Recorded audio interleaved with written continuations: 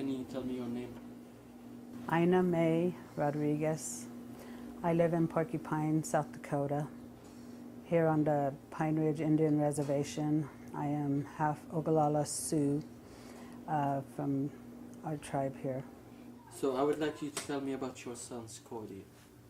Cody was ruled out as a suicide in Salt Lake City, Utah, in 2008, September 10th of 2008. Cody was energetic. He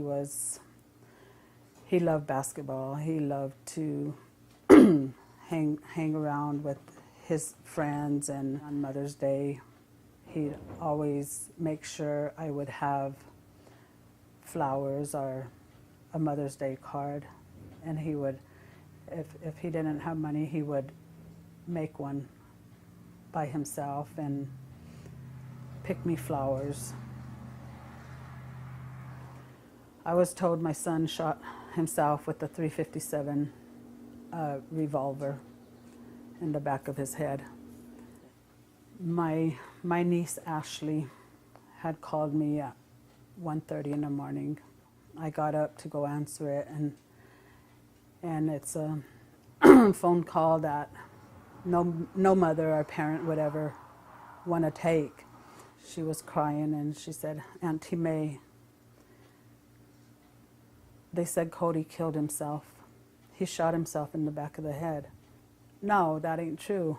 I don't believe it. And she just went on screaming and crying and telling me, I need to get to Utah. I didn't believe it because Cody, before I left Salt Lake and came back to South Dakota, he said, "Mama, I'm gonna go back to school and get us a house.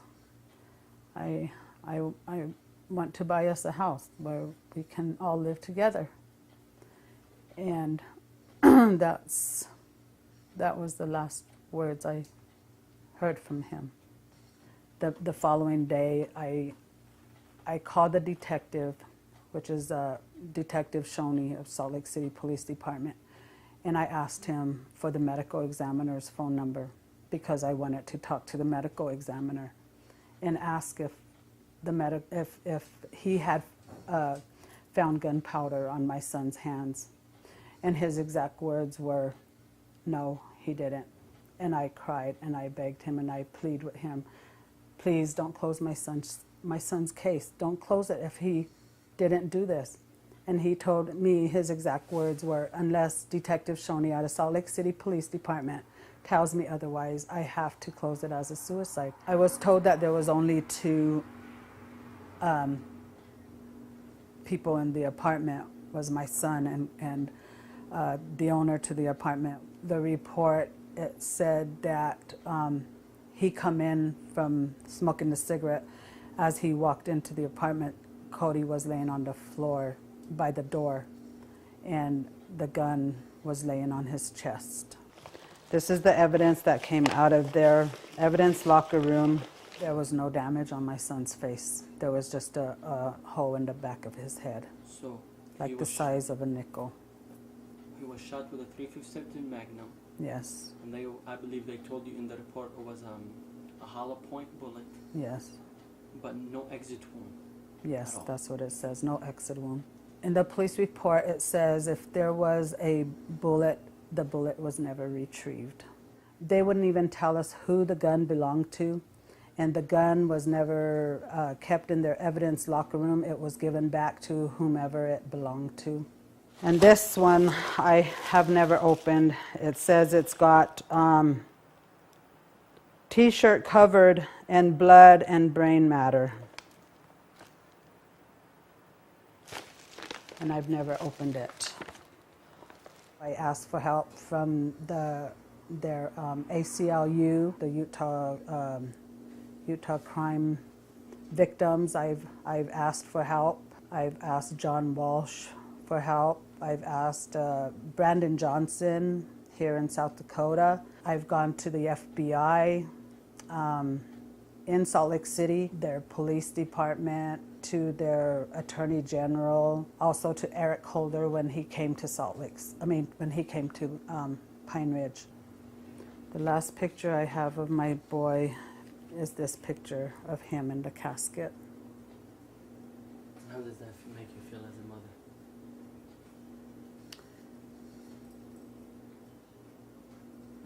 It hurts because I never, ever in my life thought I'd be burying my son. I never thought any of my boys would go before me. And it still hurts today, and it hinders me a lot to know that he didn't get the justice that he deserved. This is where my boy's buried. As you can see, his grave has never settled like most do. We still know he's got justice to be served. When I get a chance, I come and sit here and talk to my boy, and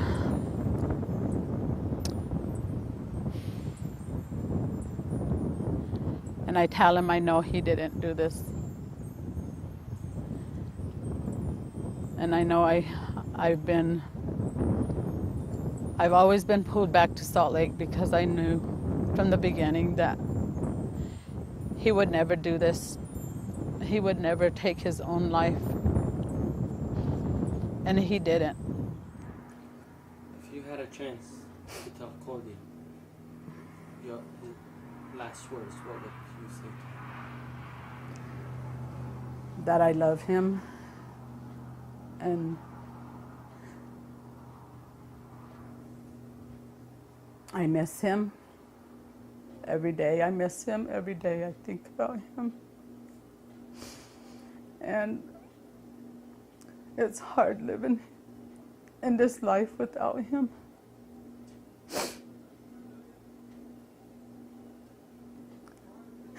And not being able to hold him and give him kisses like I used to, and how he used to always tell me, "Mama, I love you." That's the hardest part of waking up and not seeing him. Sometimes I feel like I'm stuck in my own little sanctuary, you know.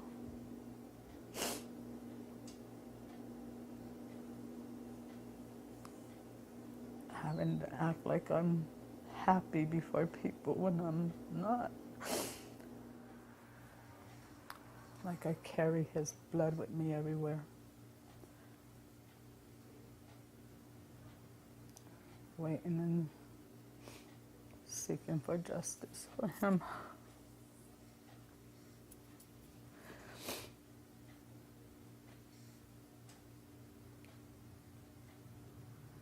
Waiting and praying one day somebody would help.